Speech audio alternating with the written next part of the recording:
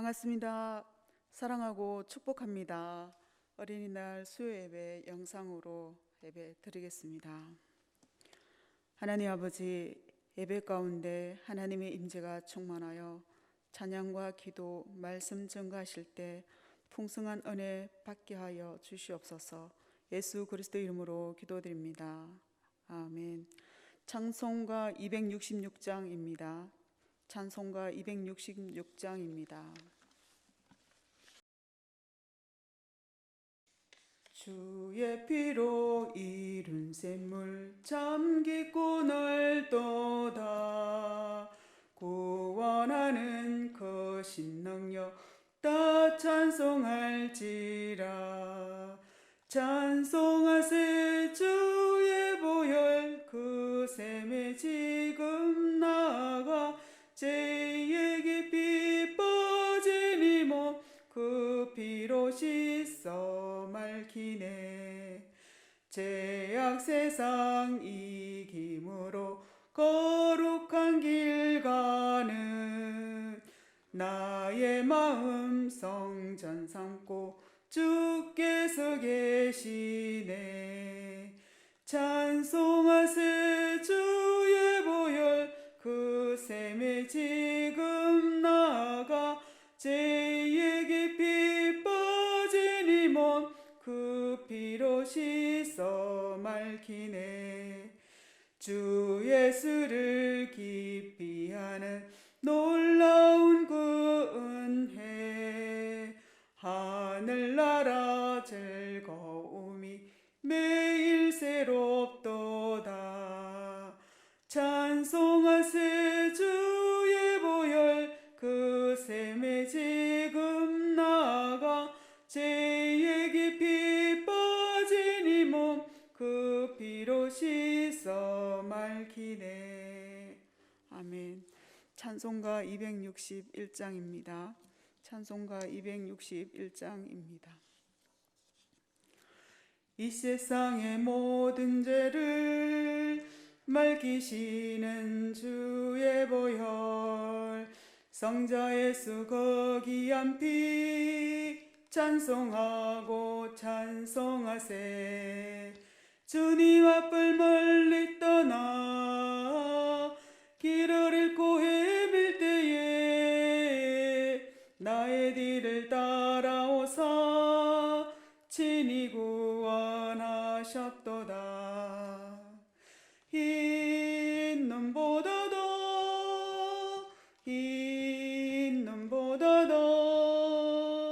주의 흘리신 보혈로 희게 씻어 주옵소서. 가시관을 쓰셨으니 피로 얼굴 물드셨고 십자가의 모진 고통 나를 위해 당하셨네. 말로 형용할 수 없는 구세주의 구속하심 그 은혜와 크신 사랑 찬송하고 찬송하세. 흰 눈보다도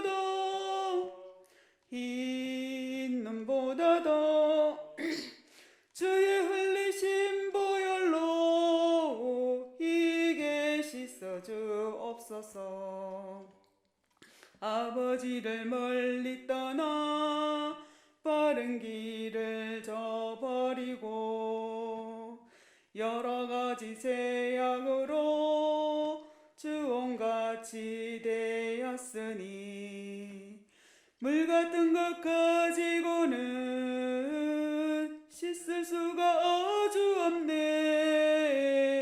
주 여기한 보배 피로 날 정결케 하옵소서.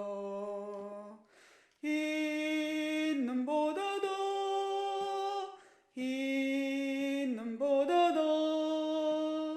주의 흘리신 보혈로 희게 씻어 주옵소서. 아멘. 다 같이 한 목소리로 예배를 위하여 담임 목사님과 온 성도들을 위하여 환자를 위하여 기도하겠습니다. 하나님 아버지 주님 함께 하시고 성령으로 역사하시고 은혜 베풀어 주시옵소서. 담임 목사님 영육간에 강건하게 하시고 주여 아버지 하나님 그 말씀 증거하는 놀라운 능력의 말씀이 되게 하시고 주여 아버지 하나님 우리 성도들 주님 한 사람 한 사람 축복하시고 은혜 내려주시고 아버지 하나님 환자들을 기억하여 주시옵소서. 주님 하나님 아버지 우리 목양교회를 지금까지 인도하시며 사랑하시고 은혜 베풀어 주심을 감사드립니다. 담임 목사님 전하시는 복음의 말씀이 세상 끝까지 전파되게 하시고 성도님들 가정마다 들어와도 복을 받고 나가도 복을 받는 축복의 통로가 되어 앞으로 더욱더 풍성하게 베풀고 누리며 성도들이 행복한 목양교회가 되어 부흥이 되게 하여 주시옵소서.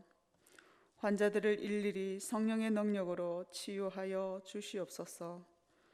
목양교회 교육부서들을 기억하시고 한량없는 하나님의 지혜로 세계를 움직이는 크리스찬 지도자들이 다 되게 하여 주시옵소서.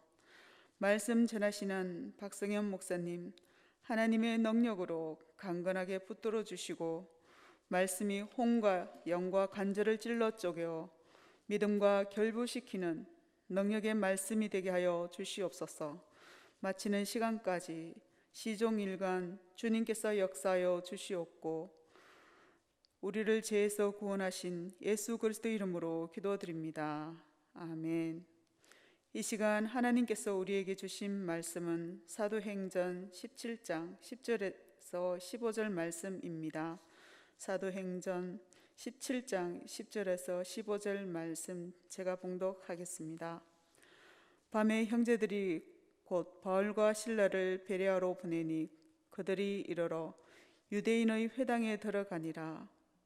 베레아에 있는 사람들은 데살로니가에 있는 사람들보다 더 너그러워서 간절한 마음으로 말씀을 받고 이것이 그러한가 하여 날마다 성경을 상고하므로 그 중에 믿는 사람이 많고 또 헬라의 기부인과 남자가 적지 아니하나 데살로니가에 있는 유대인들은 바울이 하나님의 말씀을 베레아에서도 전하는 줄을 알고 거기도 가서 무리를 움직여 소동하게 하거늘 형제들이 곧 바울을 내보내어 바다까지 가게 하되 실라와 디모데는 아직 거기 머물더라.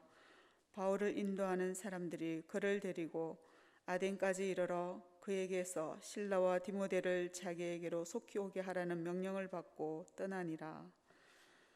아멘. 독송과 말씀에 은혜 받으시기 바랍니다. 아멘. 하나님 아버지 감사합니다. 귀한 찬양으로 성령 안에서 우리 가운데 사랑이 샘솟게 하여 주시고 그 사랑으로 말미암아 성령 안에서 교제하는 복된 시간 되도록 우리의 삶을 그리고 이 시간을 축복하여 주시옵소서.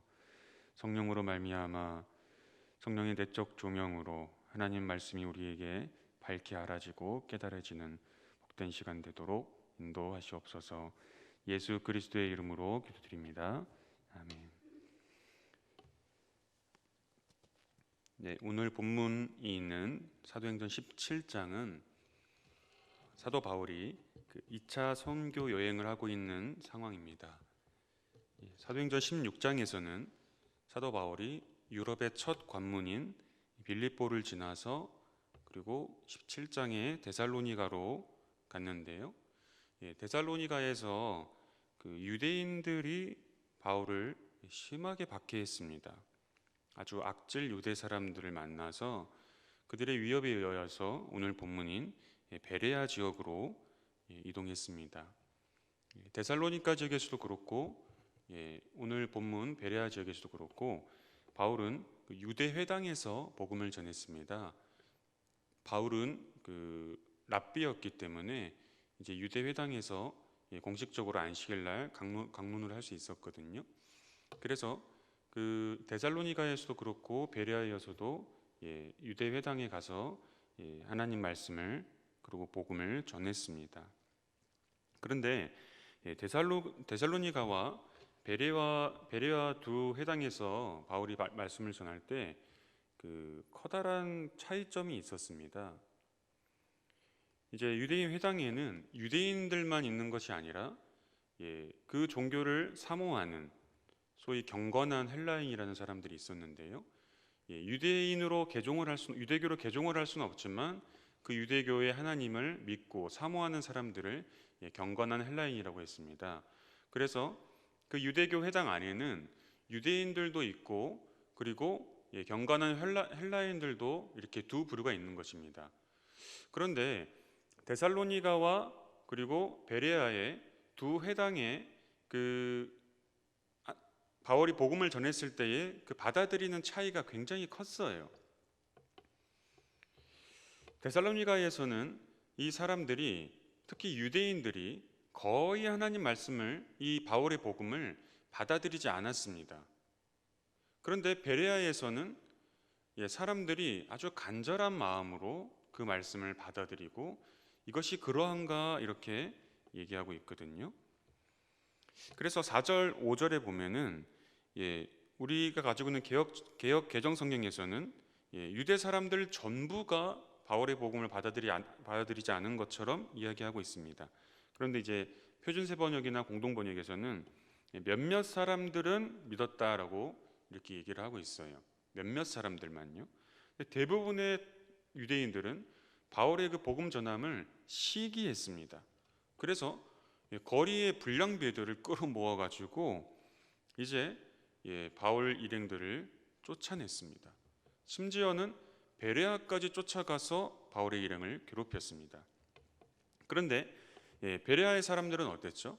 베레아에 있는 유대교 사람들은 이 바울의 말을 아주 간절한 마음으로 또는 너그러운 마음으로 이렇게 받아들였습니다.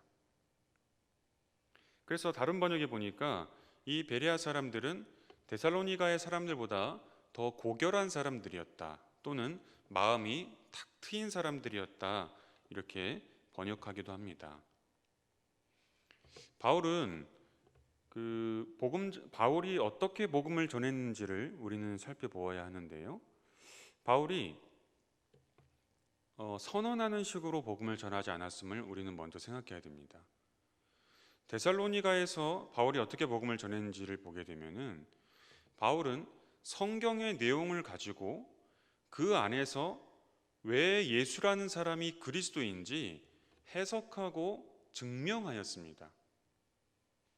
내가 믿고 있는 것이, 내가 경험한 체험이 절대적이라고 얘기하지 않았어요. 내가 경험한 그 부활한 예수가 구약 성경에서, 그들이 가지고 있는 성경에서 어떻게 증명될 수 있는지를 아주 자세하게, 차근차근하게, 친절하게 해석하고 증명해 주었습니다. 그것이 바울의 복음 전함의 태도였어요.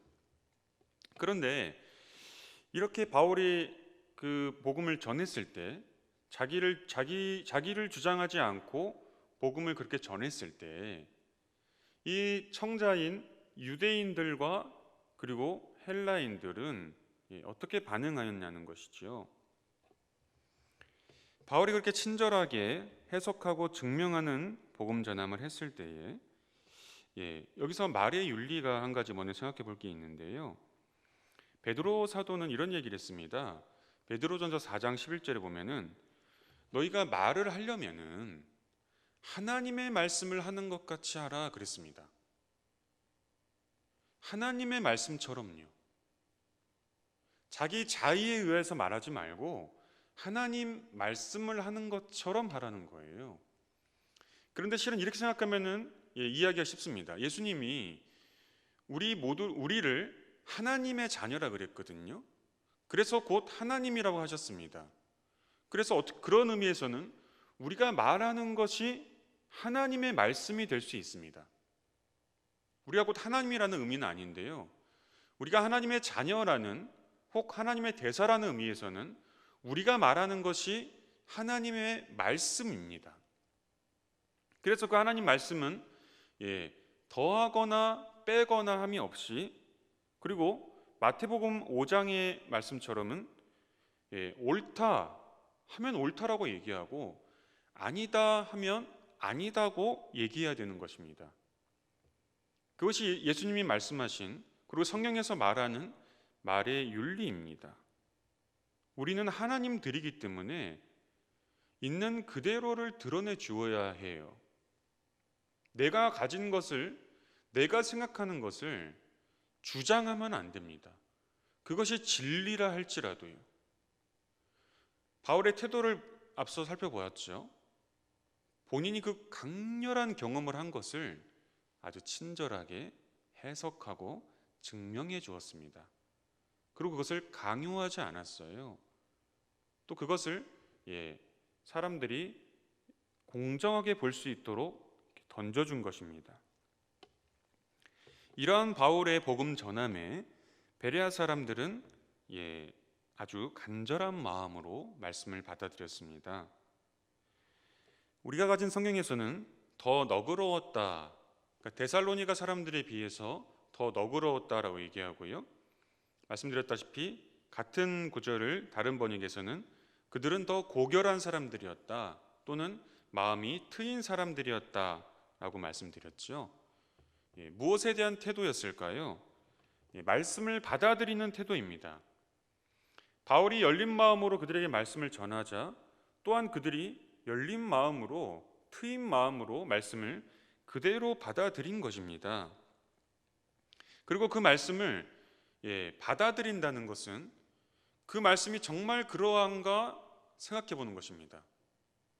앞에서는 잘 들었는데 뒤에서는 딴소리 하는 게 아니에요. 앞에서는 끄덕끄덕하면서 뒤에 가서는 딴소리하고 뒷담화하는 게 아닙니다. 그 말씀을 있는 그대로 받아들이는 거예요. 그리고 그 말씀을 또한 있는 그대로 본인도 해석하기 위해서 애쓰는 거예요. 바울이 먼저 그렇게 전했고 베레아 사람들은 그렇게 받아들였습니다. 그런데 그렇다고 하여서 이 사람들이 줏대 없는 사람들이 아니었습니다. 자기 신앙의 기준이 분명하지 않은 사람들이 아니에요. 비록 유대인이었지만 타 지역에 산다고 하여서 이들의 신앙이 부족한 신앙이 아닙니다. 유대교인으로서요. 유대교로서 아주 어렸을 때부터 뿌리부터 유대교 교육을 받은 사람들입니다. 그리고 이런 얘기를 하기도 해요. 미국에 있는 어떤 신앙의 그 양태들이 한 15년, 20년 지나면은 한국으로 들어온다고 합니다. 그러니까 미국에 일어나는 교회 운동들이 한 15년, 20년 지나면은 한국으로 들어온대요. 그리고 나서 다시 한 15년쯤 지나면은 미국에 있는 한인교회로 간다 그래요. 그만큼 외국에서 내 신앙을 고수한다는 건 굉장히 이렇게 변하기 어려운 보수적인 여건이라는 거죠. 이 신앙을 바꾸면은 내 삶 자체가 흔들릴 수가 있거든요. 그래서 열린 마음으로 나와 다른 사람, 나와 다른 이야기 하는 것을 받아들이기가 참 어렵습니다. 또 유대인들을 보게 되면 이 성인 남자들은 의무적으로 3대 절기를 지킬 의무가 있었는데 예루살렘이나 그 주변에 있는 사람들이야 그리 어렵지 않은 일입니다. 그런데 외국에 사는 사람들이 그 절기를 지키기 위하여서 예루살렘에 오는 것은 보통 일이 아닙니다.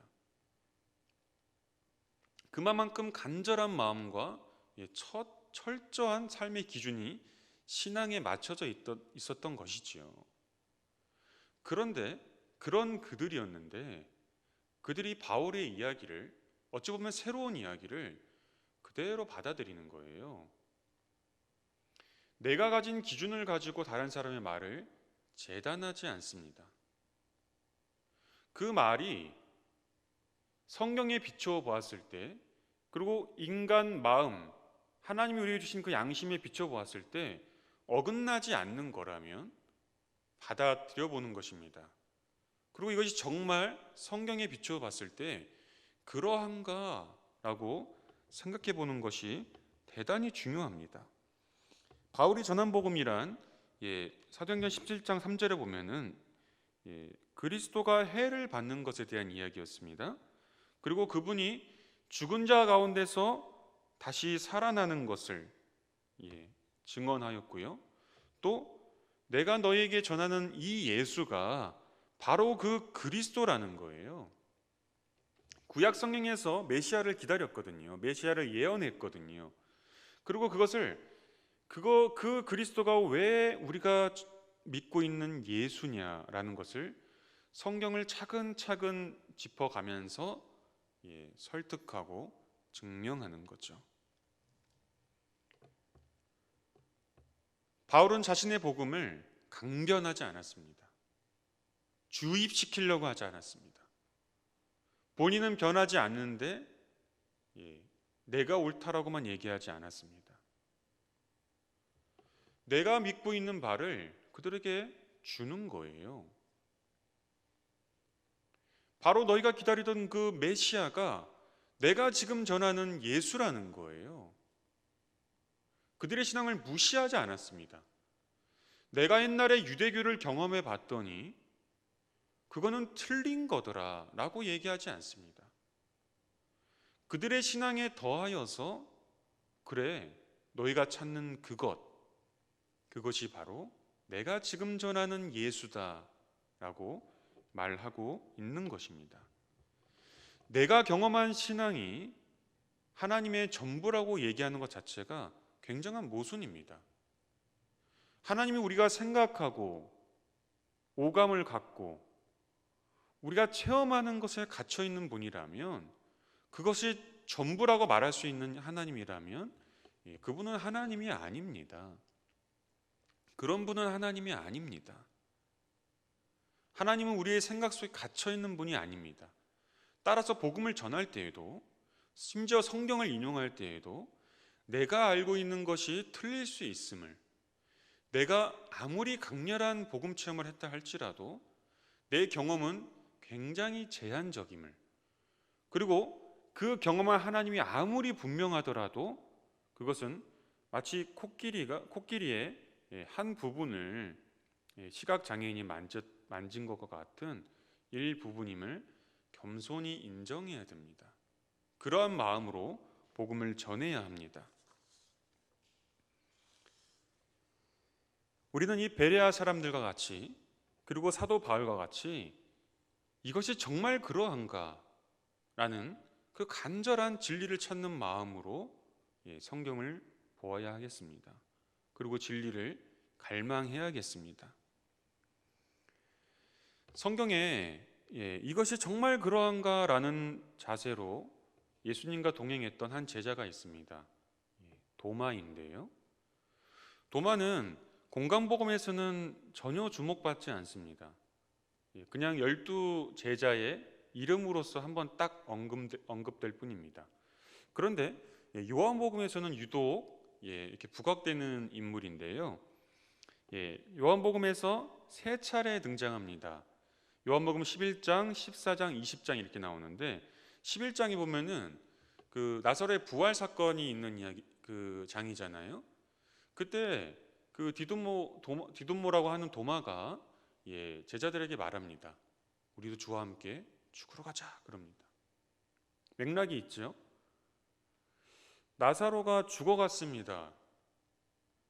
예수님은 나사로와 그의 동생들인 마리아와 마르다 친했거든요. 그래서 미리 전갈이 왔어요.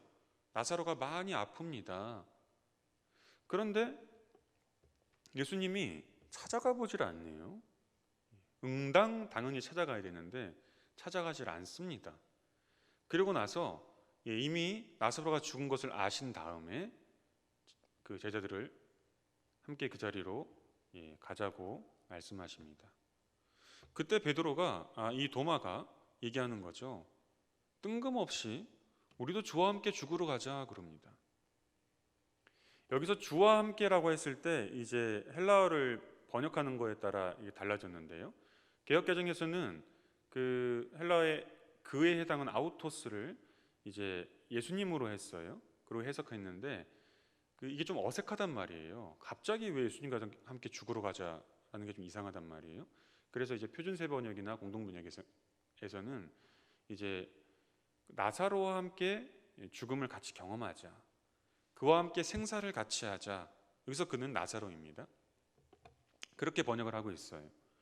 어찌됐건 간에 이 도마는 그냥 가만히 있는 사람이 아니에요. 맹목적으로 그냥 말씀을 받아들이는 사람이 아닙니다. 어찌됐건 질문하는 사람이에요. 어찌됐건 생각하고 내가 직접 경험하길 원하는 사람이에요. 우리가 흔히 하는 커다란 오해 중에 하나가 의심하거나 회의하거나 혹은 신앙에 대해 절망하면 아주 잘못된 신앙이라는 것입니다. 그리고 그 대표 주자가 바로 이 도마입니다. 의심 많은 도마라는 이 따옴표를 딱 두고 이 도마를 이 도마처럼 되면 안 된다라는 신앙의 표준으로 우리는 잘못 가지고 있어요. 그래서 이 도마를 있는 그대로 보기 위해서 이 11장을 보았습니다. 어쨌든 그는 직접 경험하길 원했어요. 직접 발로 뛰기를 원했어요. 무비판적으로 그냥 받아들이려고 하지 않았어요. 또 하나 이 도마 이야기를 볼 수 있는 것이 요한복음 14장의 이야기입니다. 14장에서 도마에 의한 대답이 아주 유명한 말씀이 나오는데요. 1절부터 보면 그렇습니다. 요한복음 14장 1절에 보면은 이제 예수님이 말씀하십니다. 마음에 근심하지 말라. 하나님을 믿으니 또 나를 믿으라. 이제 예수님이 떠나실 때를 가정하면서 하시는 말씀이지요. 고별 설교인데요. 내 아버지 집에 거할 곳이 많다라는 거예요. 그러니까 근심하지 말라는 거예요.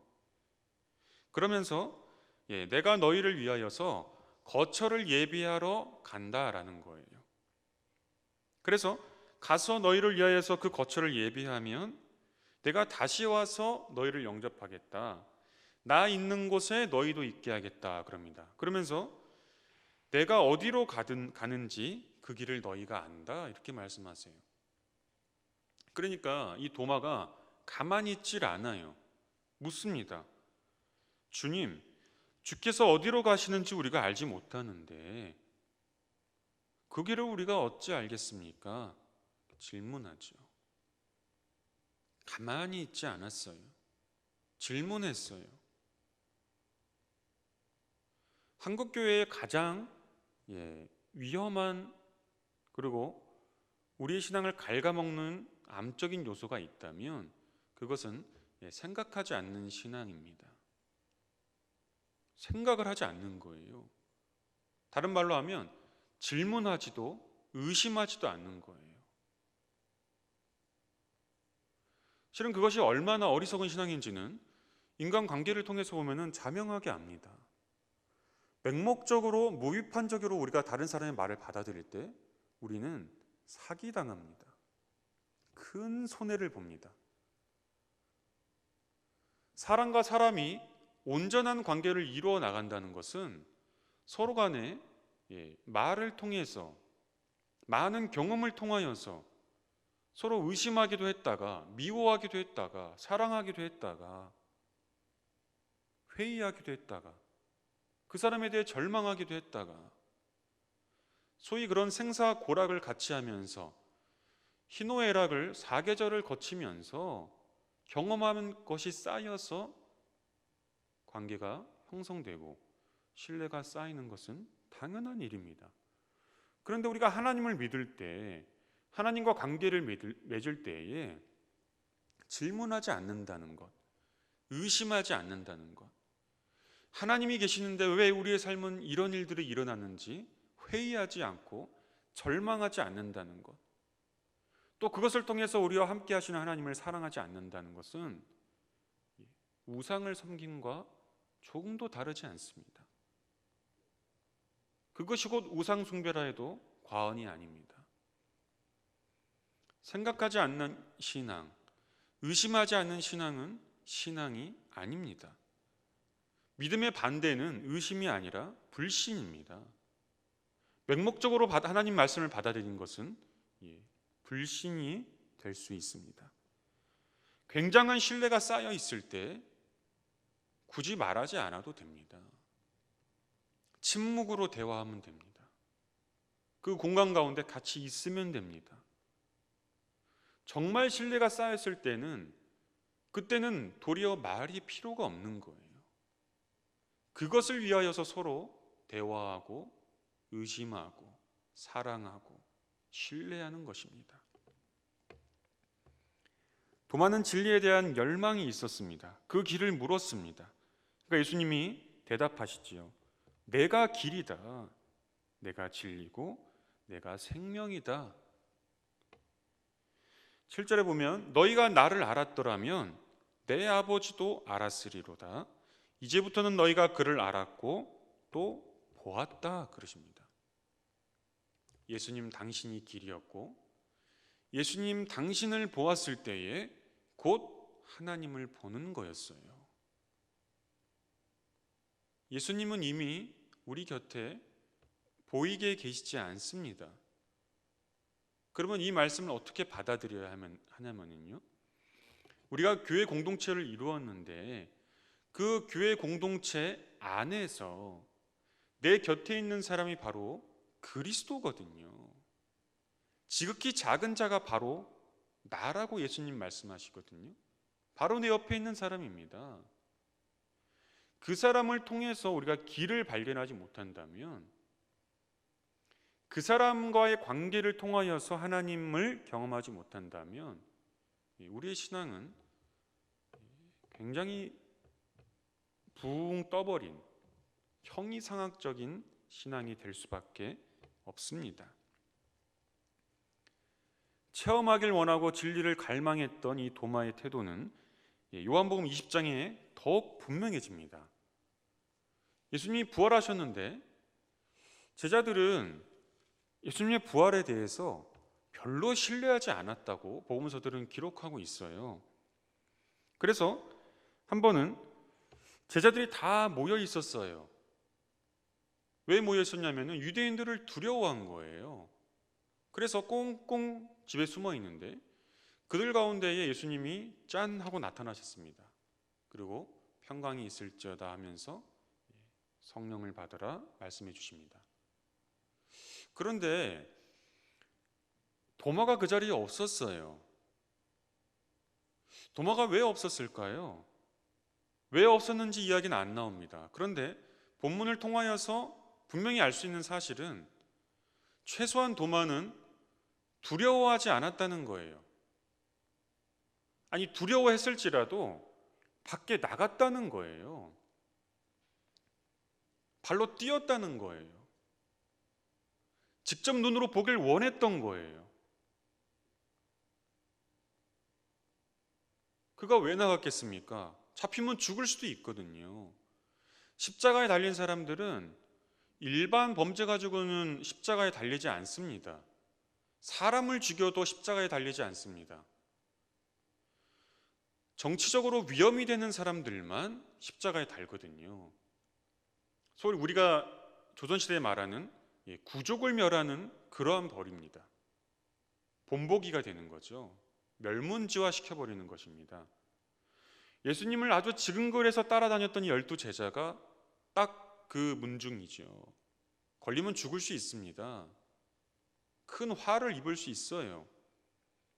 그런데 이 도마는 나간 거예요.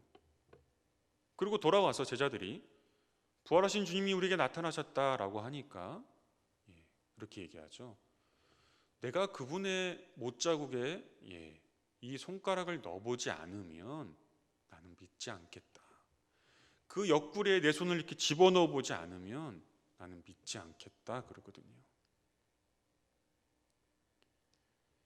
도마의 신앙이 부족한 거였습니까?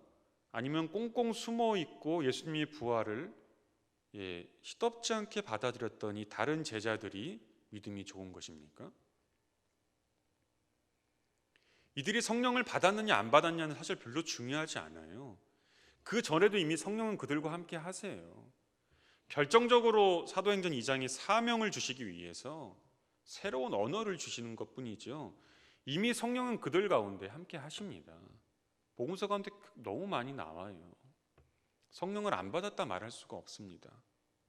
그런데 이 두 제자 그룹 중에 누가 더 우리가 생각하기에, 합리적으로 생각하기에 더 나은 신앙입니까? 겁에 질려 있는, 부활을 별로 받아들이기 싫어하는 이 제자들입니까? 아니면 도마입니까? 두려움을 떨쳐내고 부활을 보기 위해 나간 도마입니까? 정말로 그것을 내가 믿기 위하여서 보기 원하는 도마의 믿음입니까? 무엇이 더 나은 신앙인지 우리는 압니다. 그러한 도마의 믿음에 부응하셨는지 예수님이 8해 만에 나타나셨다라고 말씀합니다. 다시 집안에 있는데 그때는 도마도 있었어요. 예수님이 가운데 나타나셨습니다. 너희에게 평강이 있을지어다 하시고 도마에게 말씀하십니다. 그러니까 예수님이 알고 계신 거죠. 도마가 무슨 얘기를 했는지요. 그러면서 네 손가락을 내밀어서 내 손을 봐라. 그리고 손을 이렇게 해서 내 옆구리에 넣어봐라. 그리하여서 믿음 없는 자가 되지 말고 믿는 자가 되어라. 예수님이 8해 만에 나타나셨다는 것은 이 도마에게 새로운 생명, 새로운 나를 주시겠다는 의미예요. 예수님이 부활하신 이후에 안식일 첫날에 부활하셨거든요. 첫날 새벽에. 그러니까 그 말은 이 8해가 부활의 숫자가 되었어요. 그러니까 이 도마에게 그 부활의 생명을, 새날을 주시겠다는 거예요. 그래서 8해 만에 나타나신 것입니다. 그리고 그가 예수님의 그 손에 난 창자국, 못자국을 보았어요. 그리고 나서 이 도마의 고백이 중요합니다. 도마가 이렇게 고백하죠. 당신은 나의 주, 나의 하나님이십니다. 나의 주라고 고백한 사람들은 있었어요. 베드로도 그리스도라고도 고백했어요. 그런데 예수님을 하나님이라 고백한 사람은 아무도 없습니다. 이 도마 말고는요. 도마의 믿음이 없는 것이 아닙니다. 의심 많은 도마가 아닙니다. 정말 진리를 알기 위해서 몸부림쳤던 거예요. 진리에 대한 열망으로 예수님을 따라다녔던 것입니다. 그리고 그 결과 예수님을 하나님이라고 말하는 유일한 성경의 인물이 되었습니다. 어정쩡하지 않았습니다. 그리고 위대한 신앙 고백을 했습니다. 그런데 우리가 여전히 도마의 그 믿음을 오해할 만한 이야기가 예수님의 입에서 나옵니다. 29절인데요. 예수께서 이르시되 너는 나를 본고로 믿느냐? 보지 못하고 믿는 자들은 복되도다 그러시거든요. 그래서 이것을 우리가 비교급으로 생각을 해요. 보고 믿지 말고 보지 못하고 믿으라는 거예요. 보고 믿는 믿음은 열등한 거라는 거예요. 보지 못하고 믿는 믿음은 더 훌륭한 믿음이라는 거예요. 이것을 근데 비교급으로 읽으면 안 됩니다. 의심하였던 도마의 믿음은 열등한 거고 보지 못하고 믿는 그 믿음은 더 우월한 거라고 생각하는 이러한 잘못된 성경 해석이 우리의 무비판적이고 맹목적인 신앙을 낳은 원흉 중에 하나입니다. 그렇게 오해할 만한 것이 예수님도 그런 얘기를 하시고 구약성경의 하나님도 그런 얘기를 하시거든요. 할 수 있거든요. 무슨 말이냐. 예수님 그런 얘기를 하시거든요. 구약에서도 하나님이 아브라함과 사라에게 여호와께 능치 못한 것이 있겠느냐라고 그들의 믿음 없음에 대해 얘기하거든요. 그러니까 우리는 신앙생활을 할 때에 뭔가 그것을 의심하거나 생각하거나 질문하는 것에 대해서 믿음 없는 열등한 것이라고 생각하는 거예요. 그러나 하나님도 그렇고 예수님도 그렇고 오늘 본문의 이야기도 그렇고 그러한 이야기가 아닙니다. 어린아이가 질문하지 않고 성장하겠습니까? 어린아이는 계속 질문해야 돼요. 왜? 엄마 그거 뭐야? 왜? 계속 물어야 됩니다. 그것에 대한 따뜻한 사랑의 응답에 의하여서 그 아이는 성장하는 것입니다. 질문이 없는 아이는 학습 능력이 현저하게 떨어집니다. 주입식 교육만 받은 어린이는 주체적으로 공부하지 못하여서 좋은 학습 능력을 발휘할 수가 없습니다. 우리는 너무나도 자명의 그 사실을 알면서도 주입식 신앙에, 맹목적인 신앙에 길들여져 있습니다. 그것이 수준 낮은 신앙이라는 이유에서요. 그런데 그것은 인간에 대한 이해가 완전히 왜곡되어 있는 것입니다. 우리가 곧 하나님을 알 수 있는 마냥 생각하는 착각입니다. 하나님은 죽을 때까지 알 수 없는 분입니다. 그분이 열어주시는 만큼만 우리는 그분을 알 수 있습니다. 그것이 계시입니다. 계시는 열리는 순간 덮이거든요. 또 그 표면이 열리는 순간 또 덮이고요. 우리가 하나님에 대해 알았다고 말하는 것은 큰 착각입니다. 그것은 하나님의 전부가 아닙니다. 하나님이 아주 지극히 작은 일부를 알았을 뿐이에요. 그런데 우리가 질문하기를 그치고 우리가 그분을 알아가기를 그친다고요? 그분이 말씀하시는 거라면 다 우리가 받아들이면 된다고요? 그것이 맹목적이었는지 믿음이었는지는 우리 스스로 정직하게 돌아보면 압니다. 또 그것이 왜 무비판적으로 받아들이면 안 되느냐 하면은 하나님과의 관계는 구체적으로 내 이웃과의 관계 속에서 열매를 맺거든요. 그런데 내 이웃과 살아가는 삶에서 아무 생각 없이 그 사람의 말을 듣고 내가 말을 하겠습니까? 대화를 많이 하면 좋습니다. 그런데 무슨 말을 한들 내가 다 믿어야 되는 겁니까? 그리고 내가 무슨 말을 하더라도 저 사람은 그 말을 믿어야 되는 것입니까? 서로 안에 계신 하나님을 가지고 그 안에서 대화를 해야 진리 안에 소통하는 것이 될 텐데 전혀 소통이 안 되는 것입니다. 그것이 열등한 믿음이라는, 부족한 믿음이라는 우리의 그릇된 인식 때문에 그렇습니다. 그릇된 인간 이해 때문에 그렇습니다. 우리는 영원히 완전할 수 없습니다. 그래서 우리는 끊임없이 질문해야 됩니다. 끊임없이 의심해야 됩니다. 기독교 역사가 2000년이 되었습니다. 구약까지 하면은 3500년, 4000년 이상이 됩니다. 그동안의 모든 사람들이 무비판적으로 그냥 받아들이기만 했을까요? 성경이 그렇게 얕은 수준이 아닙니다.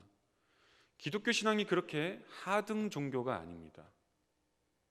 우리의 모든 의심과 모든 회의, 모든 절망을 다 넉넉하게 받아들일 수 있습니다.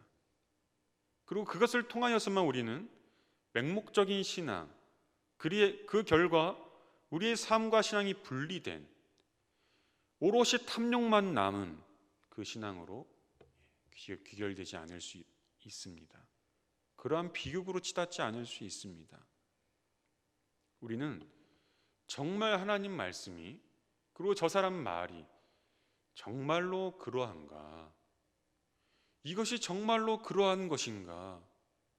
이것이 정말로 예수님의 죽음과 부활로 말미암은 하나님 사랑, 이웃 사랑의 회복에 합당한 이야기인가? 이 말은 그러한 사랑의 길로 우리를 이끌고 있는가? 우리는 끊임없이 질문해야 됩니다. 끊임없이 우리의 사랑과의 관계를 통하여서 그것을 입증해야 됩니다. 검증해야 됩니다. 모호한 것은 버려야 합니다. 분명한 것을 취해야 합니다. 선은 택하고 악은 버려야 합니다. 회색지대란 없습니다. 맹목적인 신앙은 회색지대에 머물러 있는 것입니다. 그리고 곧 그것은 신앙이 아닙니다. 우리가 누구랑 대화를 할 때에, 하나님 말씀을 들을 때에 꼭 이것이 그러한가? 이것이 명백한 사실인가? 그것을 서로 대화를 통하여서 생각해 보시고, 또한 그것에 대한 응답으로 예, 아니요라고만 하십시오. 그것에서 벗어나면 죄가 됩니다. 왜냐하면 그 사람을 있는 그대로 봐주지 않았거든요. 성경에서 말씀하고자 하는 것을 그대로 받아들이지 않은 거거든요. 그래서 죄가 됩니다. 그리고 그대로 받아들이기 위해서 우리는 의심해야 됩니다. 회의해야 되고요. 낙담하고 절망하고 또 부르짖어야 됩니다. 그것이 믿음이 있음입니다. 그렇게 하나님을 만난 사람은 절대로 하나님을 배반하지 않습니다. 신앙이 흔들리지 않습니다. 맹목적으로 신앙한 사람은 모래 위에 쌓은 집 같아서 바람만 불면 휘청휘청합니다. 의심하는 신앙으로, 질문하는 신앙으로, 생각하는 신앙으로 견고하게 뿌리 내리는 저와 여러분 되기를 간절히 바랍니다. 기도하겠습니다. 하나님 아버지, 우리로 하여금 하나님과의 깊은 사귐의 자리로 나아가게 하시옵소서. 하나님이 우리에게 말씀하실 때에, 자연과 이웃을 통하여서 또한 말씀하실 때에 우리가 그 말씀에 대하여서 합리적으로 의심하고 회의하고 또한 절망하며 부르짖으며 그 말씀이 정말 그러한가, 그 말씀이 합당한 것인가, 우리가 그러한 과정을 통하여서 하나님과의 관계가 쌓이게 해주시고 그 모든 것들을 수용하시는 하나님을 신뢰하오니 우리의 그러한 믿음 없음을 받아주시고 또한 그 믿음의 과정이 있음을 또한 우리를 알게 하시며 그 모든 것들을 받아주시옵소서. 예수 그리스도의 이름으로 기도드립니다. 아멘. 찬송가 198장 함께 찬송하시겠습니다. 주 예수의 변소 떡을 떼사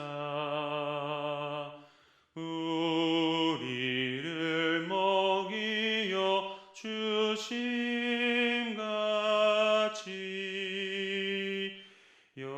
영생의 양식을 나에게도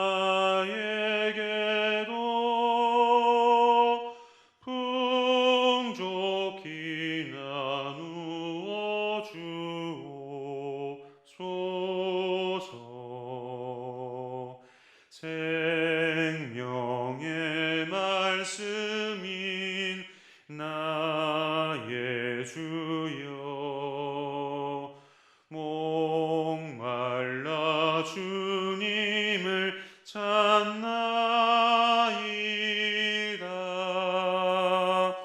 해변섬 우리를 먹임같이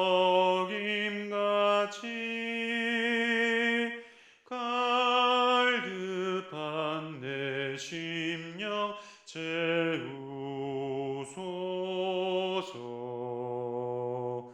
내 주여 진리의 말씀으로 사슬의 얼매인 날 부시사 내 맘의 평화를 누리도록 영원한 생명을 주옵소서.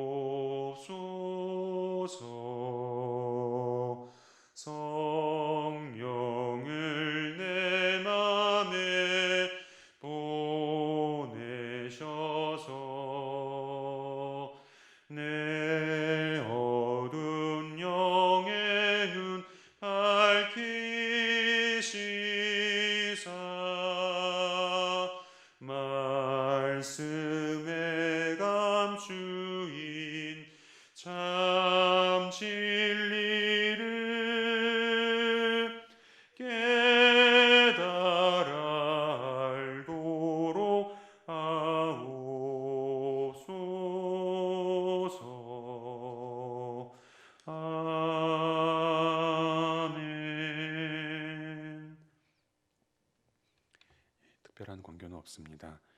매번 아침 오전마다 발송되는 문자를 통하여서 새벽 기도에 그리고 저녁 기도에 큰 은혜 받으시기를 바랍니다.